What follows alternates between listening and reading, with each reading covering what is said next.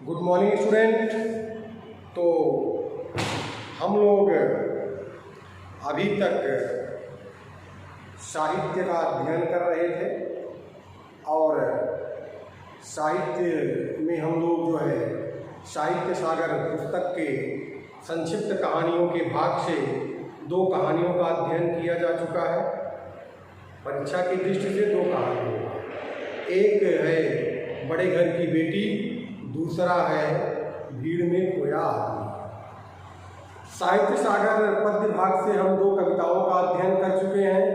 एक है मेघ आए और दूसरा है पद, जिसके रचयिता सूरदास जी हैं। तो मेरे प्यारे बच्चों, यह 4 चैप्टर इन्हीं 2 संक्षिप्त कहानियों से और 2 पद्य भाग से, दोनों मिलाकर 4 चैप्टर हुए और फर्स्ट सेमेस्टर में यही 4 चैप्टर ही आपके आने हैं। अपना अपना भाग जो मैंने आपको पढ़ाया था वह फर्स्ट सेमेस्टर में नहीं आएगा, क्योंकि बोर्ड ने उस चैप्टर को कट कर दिया है, सिलेबस रिड्यूस हो गया, उस चैप्टर कट गया है। तो हमें इन 4 पाठों पर विशेष ध्यान देना है। संक्षिप्त कहानियों के भाग से 2 पाठ, एक है बड़े घर की बेटी, दूसरा है भीड़ में खोया आदमी। और साहित्य सागर पद्य भाग से एक कविता है मेघ आए, दूसरा है पद, जिसके रचयिता सूरदास जी हैं। कुल मिलाकर हमें लिटरेचर पार्ट से 4 चैप्टर पढ़ना है। इन्हीं 4 चैप्टर से ही प्रश्न आने हैं। तो आप लोग जानते होंगे, पेपर का पैटर्न आप लोगों को अच्छी तरह से मालूम होगा कि हमारा क्वेश्चन पेपर 80 मार्क्स का होता है और 2 पार्ट में डिवाइड होता है, section A and section B. Section A 40 marks का होता है और सेक्शन बी भी 40 मार्क्स का होता है। तो आज हम लोग उसी क्वेश्चन पेपर का जो फर्स्ट पार्ट है सेक्शन ए, उसका अध्ययन करेंगे। अभी तक हम लोग जो कुछ भी पढ़े हैं वह सेक्शन बी से रिलेटेड था, क्योंकि साहित्य भाग सेक्शन बी है। 4 चैप्टर मैं पढ़ाया हूँ, उस 4 चैप्टर से 4 क्वेश्चन आएंगे और इस सेमेस्टर में आपको 4 उठाने रहेंगे। अब सेक्शन ए में भी 4 क्वेश्चन आना है, लेकिन वह व्याकरण से संबंधित है और आप लोग सेक्शन ए के उन्हीं बिंदुओं का पुनः अध्ययन करेंगे जिसका आप लोग क्लास 9th में अध्ययन कर चुके हैं। उसमें कोई परिवर्तन नहीं है, सेम वही चीज़ें हैं। 9th के पेपर का जो पैटर्न था सेम वही पैटर्न क्लास 10th के पेपर का भी है। यानी फर्स्ट क्वेश्चन सेक्शन ए का फर्स्ट क्वेश्चन निबंध लेखन, सेकंड क्वेश्चन पत्र लेखन, third question unseen passage, fourth question व्यवहारिक व्याकरण। तो आइए एक एक का हम लोग अध्ययन करते हैं। देखिए निबंध लेखन। तो मेरे प्यारे बच्चों, मैं आपको बता देना चाहता हूँ कि निबंध आप रटना छोड़ दीजिए और रटकर हम निबंध नहीं लिख पाएंगे। निबंध समझिए, निबंध लिखा कैसे जाता है। देखिए पहली बात, अगर हम निबंध शब्द पर विचार करें तो नी उपसर्ग है, बंध धातु है और घय प्रत्यय है, जिसका अर्थ होता है किसी भी विषय पर अपने भाव और विचारों को विशिष्ट रूप से लिखना ही निबंध है। निशेषेण बध्यन्ते विचारा यस्मिन् याति निबंधा। यानी किसी भी विषय पर अपने भाव और विचारों को विशिष्ट रूप से लिखना ही निबंध है। तो आपके जो क्वेश्चन पेपर में जो निबंध लेखन आता है उसकी शब्द सीमा 250 है। इन्हीं 250 शब्दों में, लगभग 250 शब्दों में आपको निबंध लेखन करना होता है। तो बच्चों, निबंध लेखन करने के लिए पहले जो विषय वस्तु दी गई है, 4 या 5 टॉपिक रहता है, हम उन सारे विषयों को पढ़ें और स्वयं से आत्ममंथन करें कि किसको या किस विषय को हम अच्छी तरह से स्पष्ट कर सकते हैं, लिख सकते हैं, उसी पर लिखना प्रारंभ करें। ये नहीं कि बस फर्स्ट टॉपिक देखे और लिखना शुरू कर दिए। जो 5 टॉपिक दिए गए हैं, पहले आप उन 5 टॉपिक को पढ़िए, समझिए, फिर आत्ममंथन करिए कि इन 5 में से हम किसे अच्छी तरह से लिख सकते हैं, किस पर हम अच्छी तरह से विषय को, किस टॉपिक के विषय को हम अच्छी तरह से एक्सप्लेन कर सकते हैं, अच्छी तरह से स्पष्ट कर सकते हैं, यह आपको स्वयं विचार करना है। फिर उसके बाद लेखन कार्य शुरू करिए। यानी जो 5 बिंदु दिए गए हैं, जो 5 टॉपिक दिया गया है, उन 5 टॉपिक को पढ़िए, समझिए। फिर उसके बाद आप आत्मसमीक्षा कीजिए कि इन 5 में से कौन सा ऐसा टॉपिक है जिसे मैं अच्छी तरह से स्पष्ट कर सकता हूँ, उस पर लेखन कार्य शुरू करें। सर्वप्रथम आपको उस विषय से संबंधित एक भूमिका लिखनी है। सबसे पहले आपको क्या लिखनी है? भूमिका। यह भूमिका लगभग 100 शब्दों में होगी, लगभग 100 शब्दों में होगी, लगभग 100 शब्दों में भूमिका होगी। फिर जो विषय, अगर उसमें कई पार्ट अलग अलग करके दिए गए हैं, तो आप उन सारी चीज़ों को स्पष्ट करिए 2 से 3 पैरा में। 3 पार्ट, अगर उस विषय का 3 पार्ट है तो तीनों पार्टों को 3 पैरा में स्पष्ट करिए। 2 चीज़ें हैं तो 2 पार्ट में स्पष्ट करिए, 2 पैरा में स्पष्ट करिए। तो लगभग 100 शब्दों में भूमिका होगी और जो विषय और विषय विस्तार होगा, विषय एवं विषय विस्तार, यह जो है 150 शब्दों में लगभग 100 शब्दों में लगभग 150। और लास्ट में एक आपको उपसंहार लिखना है, अंत में एक उपसंहार आपको लिखना है। यानी उस विषय पर आपके अपने विचार क्या है, आप उस विषय पर क्या सोचते हैं, आपका क्या सोचना है, आपका नजरिया क्या है। अंत में एक उपसंहार लिखना है, लगभग 50। और इस तरह से 250 शब्दों में हमारा यह निबंध पूर्ण हो जाता है। लगभग 250 शब्दों में हमारा यह निबंध पूर्ण हो जाता है। कुछ बच्चे पूछते हैं, सर कितना पेज लिख दें कि 250 शब्द हो जाए? तो बच्चों, कम से कम जो एग्जाम की कॉपी आपकी होती है 1.5 पेज से कम ना हो, 1.5 पेज से कम ना हो। और ये साथ ही साथ आपको वर्तनी की अशुद्धि पर विशेष ध्यान देना है, वाक्य संरचना पर ध्यान देना है, व्याकरणगत अशुद्धियों पर ध्यान देना है। अगर आप इन सब चीज़ों पर ध्यान नहीं देंगे तो तदनुसार आपके नंबर काट दिए जाएंगे। इसलिए सेक्शन ए में लेखन कार्य करते समय आपको वर्तनी पर ध्यान देना है, वाक्य संरचना पर ध्यान देना है, व्याकरणात्मक चीज़ों पर यानी व्याकरण पर ध्यान देना है। जब आप इन सब सारी चीज़ों पर ध्यान देंगे तो आपका नंबर अवश्य ही अच्छा होगा। अच्छा क्या कहें, बहुत अच्छा होगा। तो पहले आप विषय को समझने का प्रयास करिए, फिर किस विषय को आप अच्छी तरह से स्पष्ट कर सकते हैं उसे समझ लीजिए, फिर उसे लिखना प्रारंभ करिए।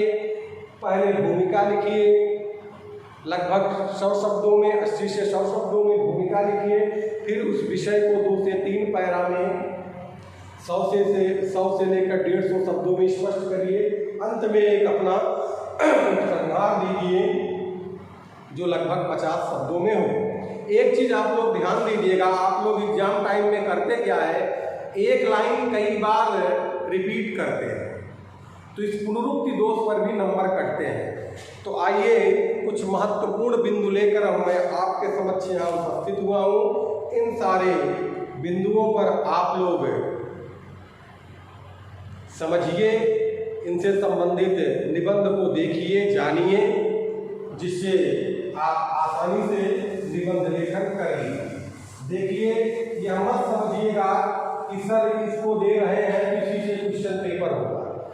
देखिए, वर्तमान से संबंधित विषय ही निबंध में पूछे जाते हैं। जैसे पर्यावरण आज का ज्वलंत विषय हो गया, इसके अलावा भ्रष्टाचार हो गया, परोपकार हो गया, कंप्यूटर हो गया, मोबाइल हो गया। इन्हीं हमारे दैनिक जीवन से संबंधित जो चीज़ें हैं,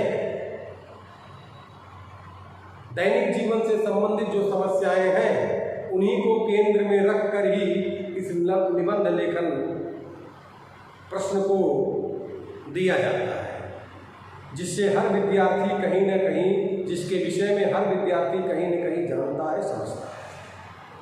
तो देखिए,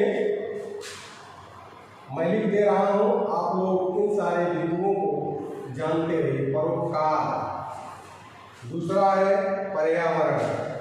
अब पर्यावरण का मतलब हो गया पर्यावरण प्रदूषण, जो 3-4 प्रदूषण है उनका कारण क्या है, उनका निवारण क्या है, इत्यादि चीजों के विषय में जानते हैं। तीसरा है कंप्यूटर,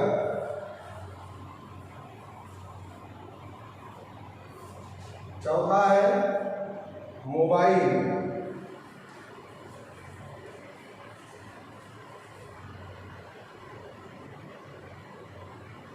मोबाइल फोन,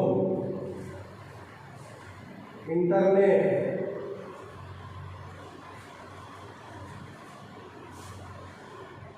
देश प्रेम,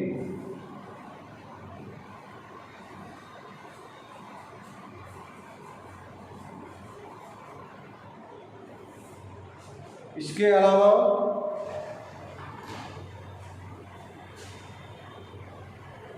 भ्रष्टाचार,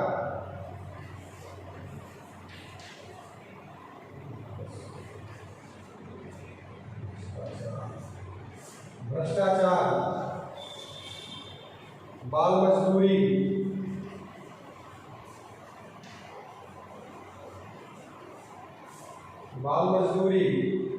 जल संरक्षण,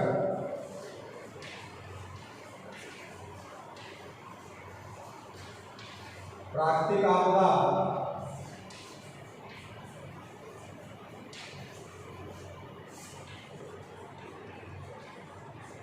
देखिए प्राकृतिक आपदाएं कई हैं, बाढ़ है, भूकंप है, सूखा है, कुप्रथाएं,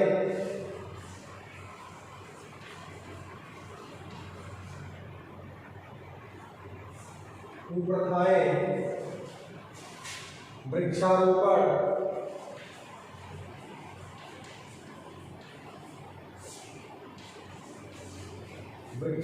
स्वच्छता,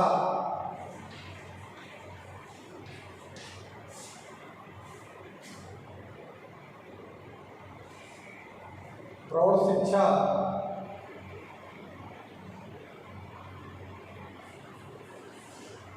विज्ञापन का दुष्प्रभाव,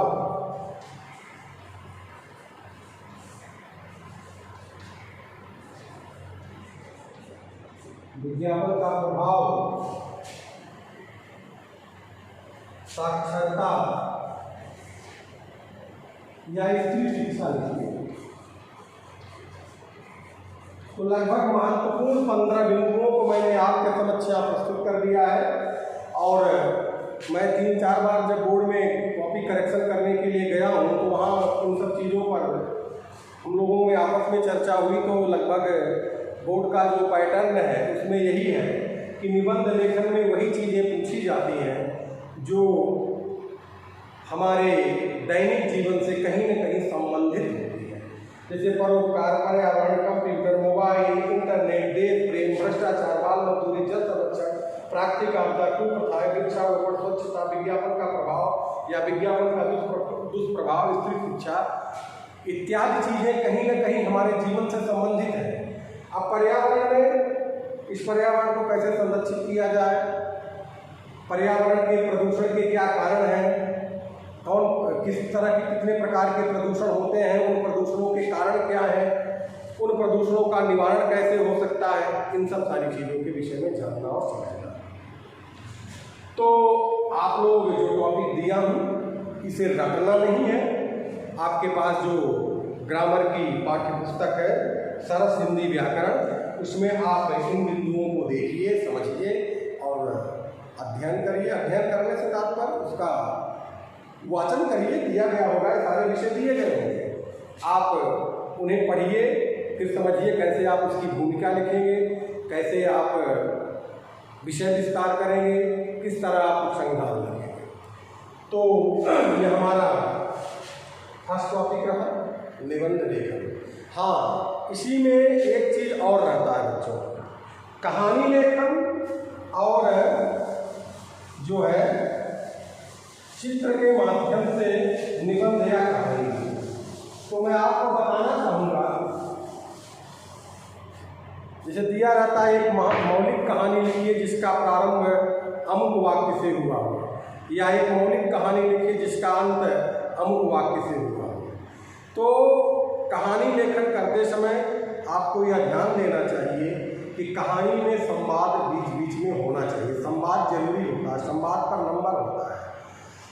इसके अलावा जिस वाक्य से कहानी प्रारंभ या अंत करने के लिए कहा गया है, हमें उस पर भी ध्यान देना होता है। अगर प्रारंभ करने के लिए कहा गया तो हमें उसी सेंटेंस से कहानी को प्रारंभ करना है। यदि अंत करने के लिए कहा गया है तो वही सेंटेंस अंत में आना चाहिए। इस पर नंबर होते हैं। और अंत में आना चाहिए का मतलब लिख देने से नहीं हो गया, वहाँ वह शब्द वह सेंटेंस कहानी से ऐसा लगे कि जुड़ा हुआ है। तो इस तरह से कहानी लेखन करते समय संवाद पर ध्यान दीजिए। संवाद अवश्य होना चाहिए और जिस वाक्य से प्रारंभ या अंत करने के लिए कहा गया हो, आप उस वाक्य से प्रारंभ और अंत करिए। और यदि कोई सीधा सीधा विषय दिया गया है लेखन कार्य करिए, तब संवाद होना चाहिए। साथ ही साथ वही निर्देश यहाँ भी है कि वर्तनी की अशुद्धि नहीं होनी चाहिए और जो है व्याकरण के अनुसार कोई त्रुटि ना हो, वाक्य संरचना सही हो, इन सब चीज़ों पर भी ध्यान देना है। साथ ही साथ इस फर्स्ट पार्ट में एक लास्ट क्वेश्चन आता है, चित्र के आधार पर कहानी लेखन या प्रस्ताव लेखन करना। तो मेरे प्यारे बच्चों, पहले चित्र का वर्णन करते हुए प्रस्ताव या कहानी लेखन करने के लिए आता है। तो सबसे पहले हमें चित्र का वर्णन करना है कि चित्र में हमें क्या क्या चीज़ें दिखाई दे रही हैं, किस चीज़ का चित्र है, क्या चीज़ें दिखाई दे रही हैं, बैकग्राउंड में क्या चीज़ें हैं, उसकी पृष्ठभूमि में क्या चीज़ें हैं। फिर उसे देखकर हमें क्या लगता है, किस समस्या को लेकर वह चित्र किस समस्या को दर्शा रहा है, या उस चित्र के माध्यम से क्या प्रकट हो रहा है। फिर उसी को आधार बनाते हुए हमें कहानी लेखन या प्रस्ताव लेखन करना रहता है। तो चित्र के ऊपर अगर हम कहानी या प्रस्ताव लेखन कर रहे हैं तो 5 नंबर का चित्र वर्णन होता है और आप लोग उस पर विशेष ध्यान दीजिएगा। हम प्रारंभ चित्र वर्णन से करेंगे, एक पैरा में चित्र वर्णन करेंगे। फिर उस चित्र के आधार पर अगर हम प्रस्ताव लेखन कर रहे हैं तो उस चित्र को आधार बनाकर हम प्रस्ताव लेखन करेंगे। और अगर उस चित्र के आधार पर हम कहानी लेखन करते हैं तो उस चित्र के आधार पर हम कहानी लेखन करेंगे। तो आप लोग शायद समझ गए होंगे कि हमें कैसे करना है। चित्र के आधार पर प्रस्ताव लेखन या कहानी लेखन कर रहे हैं तो सबसे पहले हम चित्र का वर्णन करेंगे, फिर उसके बाद हम जो है प्रस्ताव लेखन या कहानी लेखन करेंगे। और वह प्रस्ताव लेखन या वह कहानी उस चित्र से संबंधित होना चाहिए। इस तरह सेक्शन ए का यह फर्स्ट क्वेश्चन था। तो सेकेंड क्वेश्चन है पत्र लेखन।